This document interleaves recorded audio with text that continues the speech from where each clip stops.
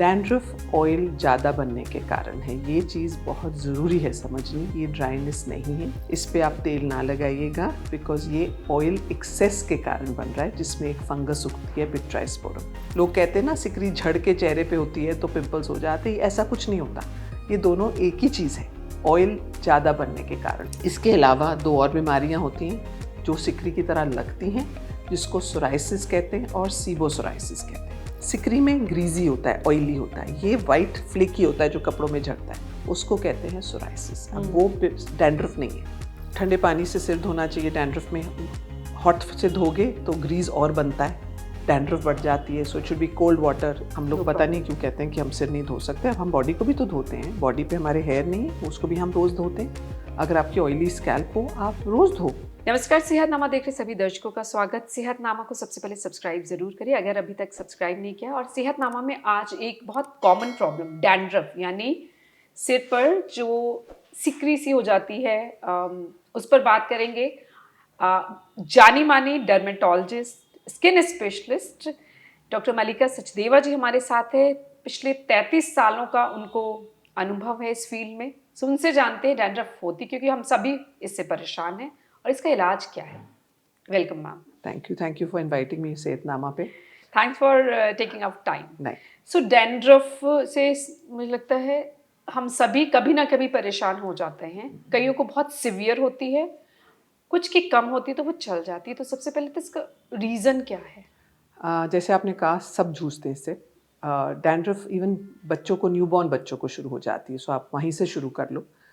जब बच्चे पैदा होते हैं पहले 3 महीने में उन्हें अपने माँ बाप से हॉर्मोन्स, मदर से हॉर्मोनल हॉर्मोन्स आते हैं, तो उस कारण उनको ऑयली स्कैल्प होने के कारण डैंड्रफ पैदा होते ही हो जाती है। सो वो पहले 3 महीने में हमें बहुत ध्यान रखना चाहिए कि हमने बच्चों को उस स्टेज में ऑयल, घी, देसी घी की मालिश नहीं करनी, क्योंकि उससे वो डैंड्रफ बढ़ जाती है। जैसे बच्चे बड़े होते हैं 3 महीने के बाद वो हार्मोन्स फिर डिस्ट्रॉय हो जाते हैं, तो फिर वो डैंड्रफ चली जाती है। सो दैट इज़ एक चीज़ है जो बहुत ध्यान रखना चाहिए पहले 3 महीने में। फिर जैसे बच्चे बड़े होते हैं 10-12 साल में, आजकल तो बच्चों के पीरियड्स जल्दी शुरू हो जाते हैं, उनकी मेनार्की उसको कहते हैं, जल्दी हो जाती है। सो 10 साल में उनको फिर ये पिंपल्स और डैंड्रफ की प्रॉब्लम शुरू हो जाती है। डैंड्रफ ऑयल ज़्यादा बनने के कारण है। ये चीज़ बहुत ज़रूरी है समझनी। ये ड्राइनेस नहीं है, इस पे आप तेल ना लगाइएगा बिकॉज ये ऑयल एक्सेस के कारण बन रहा है जिसमें एक फंगस उगती है पिट्राइस्पोरम। सो जब बच्चे बड़े होते हैं उनके हार्मोन्स बनने के कारण ऑयल ज़्यादा बनता है, ऑयल ज़्यादा बनता है तो डैंड्रफ होती है। मतलब सिर से जो जो नेचुरली ऑयल निकलता है वो ग्लैंड्स ज़्यादा पैदा करते हैं बिकॉज सेक्सुअली बच्चे एक्टिव हो जाते हैं, हार्मोन्स बनते हैं, तो उसमें फंगस लगती है और वो डैंड्रफ कहलाती है। वो ड्राइनेस नहीं है, तो उस पर तेल मत लगाइएगा। बिल्कुल भी तेल आपने वैसे जो नॉर्मल हम मसाज करते हैं वो भी नहीं करनी, बिकॉज हर बाल के साथ भगवान ने 2 तेल की पोटलियां हम सबको दी हुई हैं। जब आप एक्स्ट्रा लगाते हो तो वो डैंड्रफ, और लेटर ऑन वही डैंड्रफ बॉयल्स में कन्वर्ट हो जाती है, तो बच्चों को फिर पिंपल्स शुरू हो जाते हैं सिर पे भी, फेस पे भी वही होता है। सिर पे डैंड्रफ है, रूसी है, सिकरी है, उसकी वजह से नहीं, आपको ना, चेहरे पे नहीं, सिर पे भी फिंसियाँ हो जाती है। अच्छा, सिर पे होती है। फेस और बालों में दोनों में ऑयल इकट्ठा बनता है, दोनों एक ही बीमारी है, एक दूसरे के कारण नहीं है। ओके। सो ऑयली स्कैल्प, ऑयली फेस एक एंटिटी है। ऑयलीनेस बिकॉज उनके हार्मोन्स बन रहे हैं, और दोनों जगह आपको सिकरी और पिंपल्स हो सकते हैं। लोग कहते हैं ना सिकरी झड़ के चेहरे पे होती है तो पिंपल्स हो जाते हैं, ऐसा कुछ नहीं होता। ये दोनों एक ही चीज़ है, ऑयल ज़्यादा बनने के कारण। सो ये एक छोटी सी चीज़ अगर आप समझ लें, आप अपने बच्चों को एटलीस्ट उसको फर्दर एग्रीवेट करने से, बढ़ाने से रोक सकते हो। सो ये है जो हम कहते हैं बच्चों की अडल्टहुड में जाने के कारण सिकरी, ये असली सिकरी है। इसके अलावा 2 और बीमारियां होती हैं जो सिकरी की तरह लगती हैं, जिसको सोराइसिस कहते हैं और सीबोसोराइसिस कहते हैं। ये एक अलग चीज़ है जो लोग हम सिकरी कह के उसको एक ही कैटेगरी में डाल देते हैं, वो गलत है। उसमें छोटे छोटे वाइट पैचेस बनते हैं, वाइट फ्लेकी पैचेस। हाँ। सिकरी में ग्रीजी होता है, ऑयली होता है, ये वाइट फ्लेकी होता है जो कपड़ों में झड़ता है, उसको कहते हैं सोराइसिस। अब वो डैंड्रफ नहीं है।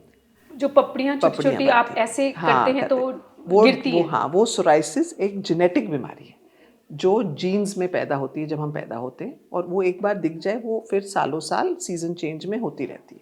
ज़्यादातर सर्दियों में बढ़ती है, और उसके साथ बॉडी पे भी सोराइसिस कई लोगों को हो जाता है, कई को नहीं होता।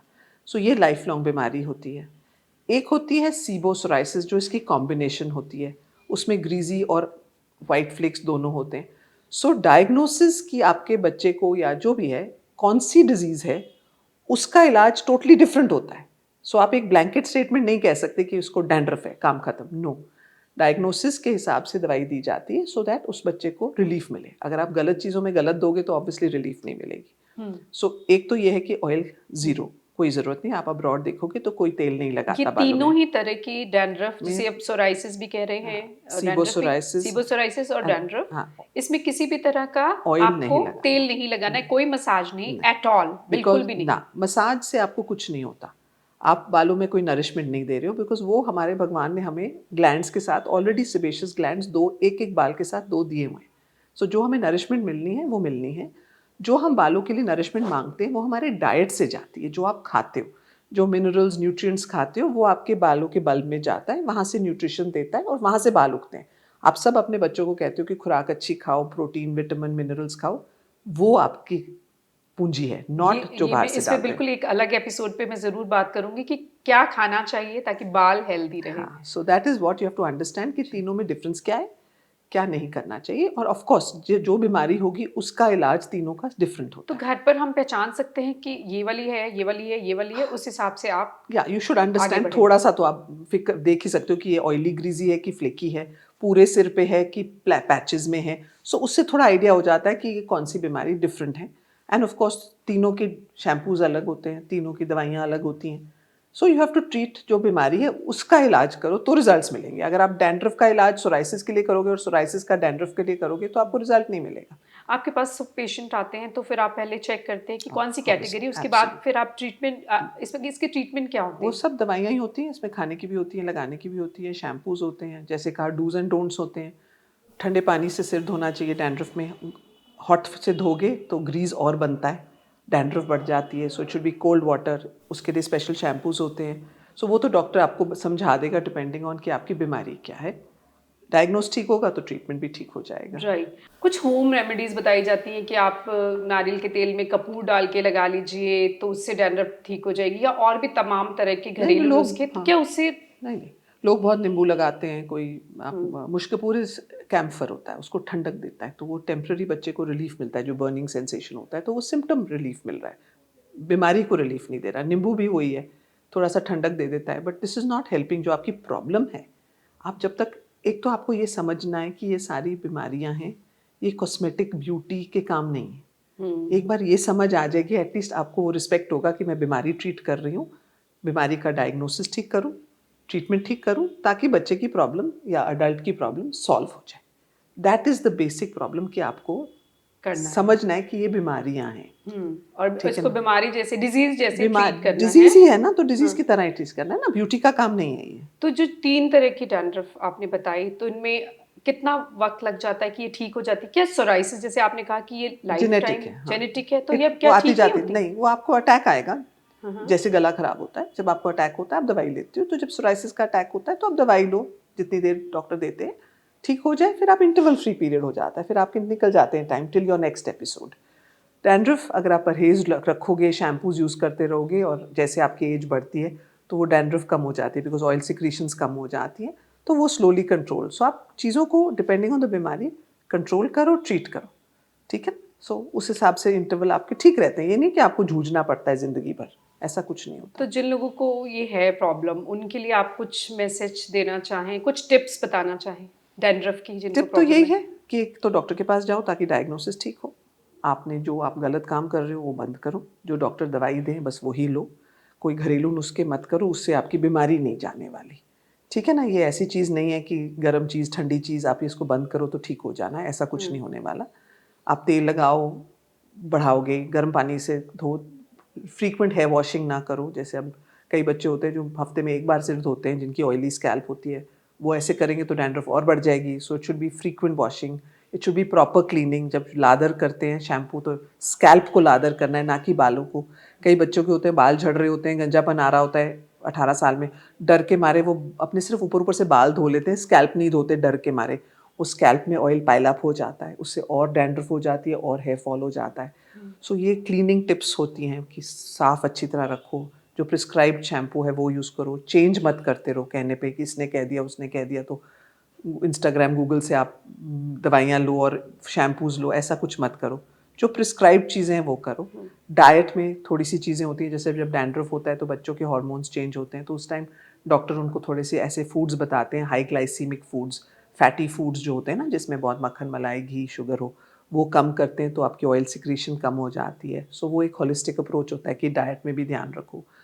वेट गेन मत करो, वेट गेन से भी पसीना ज़्यादा आता है, ऑयल ग्लैंड ज़्यादा काम करते हैं, ओबेसिटी हो जाती है, आजकल बच्चे फैट हैं, डाइटरी इनटेक गड़बड़ होती है, उसको कर्टेल करो, उसको कम करो, नेचुरल हेल्दी फूड्स खाओ, उससे भी आपके ऑयल सिक्रीशन कम हो जाती है।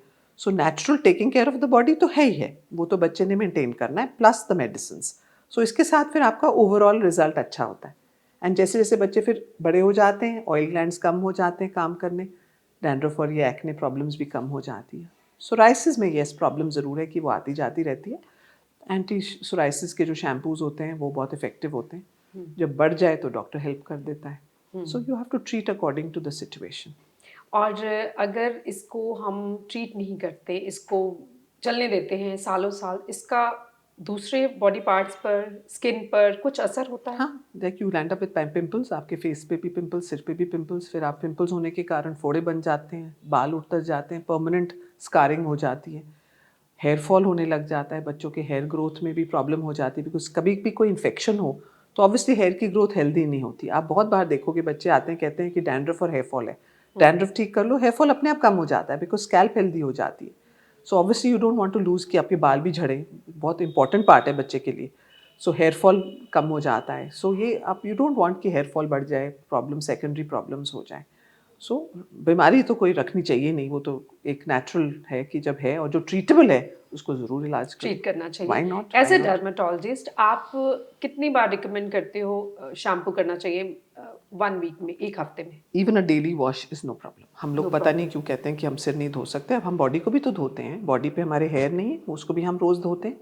अगर आपकी ऑयली स्कैल्प हो आप रोज़ धो, आपकी बॉडी आपको बताएगी कि आपको कब ज़रूरत है। जब आपको लगता है ऑयली हो गए, गंदे हो गए, धो दो। यंग एज में तो इतने पसीना आता है, कई अब नॉर्थ इंडिया में लड़के टर्बन्स पहनते हैं, पगड़ियाँ पहनते हैं, बच्चे एक्सरसाइज जिम रोज़ जाते हैं, एक्सरसाइज करते हैं, स्वेटिंग तो रोज़ होती है, उसमें धोने में तो कोई बात नहीं है, बिकॉज धोगे तो क्लीन रखोगे तो अच्छा है ना, आपकी हेल्दी रहेगी scalp. So daily wash according to your requirements wash, वो आप अपने आप ही डिसाइड कर सकते हो डिपेंडिंग ऑन आपकी बॉडी क्या कहती है। और फिर भी कम से कम अगर आप सजेस्ट करें हफ्ते में 2 बार 3 बार या तो 3 ज़रूर बार? करना चाहिए, ज़रूर। Okay. As you grow older वो 2 बार हो सकता है, बिकॉज आपके ऑयल ग्लैंड्स फिर ऑयल बनाना कम हो जाता है, सो फिर रिक्वायरमेंट कम हो जाती है, फिर बंदा ना आपको लगता है कि स्कैल्प बहुत ड्राई हो रही है, twice week, but once a week तो बिल्कुल भी नहीं, वो तो आउट ऑफ क्वेश्चन। ओके। और क्या ये भी सच है कि बाल गंदे होते तभी डैंड्रफ होती है? नहीं, कुछ लोग कहते हैं कि गंदे नहीं, ग्रीजी ऑयली होते तब डैंड्रफ होती है। ओके। वो ग्रीज ही तो है, जो वही तो मैं बार बार कह रही हूँ, जो ऑयल है वही तो डैंड्रफ को पाल रहा है। सो ऑयली रखोगे तो डैंड्रफ बढ़ेगी।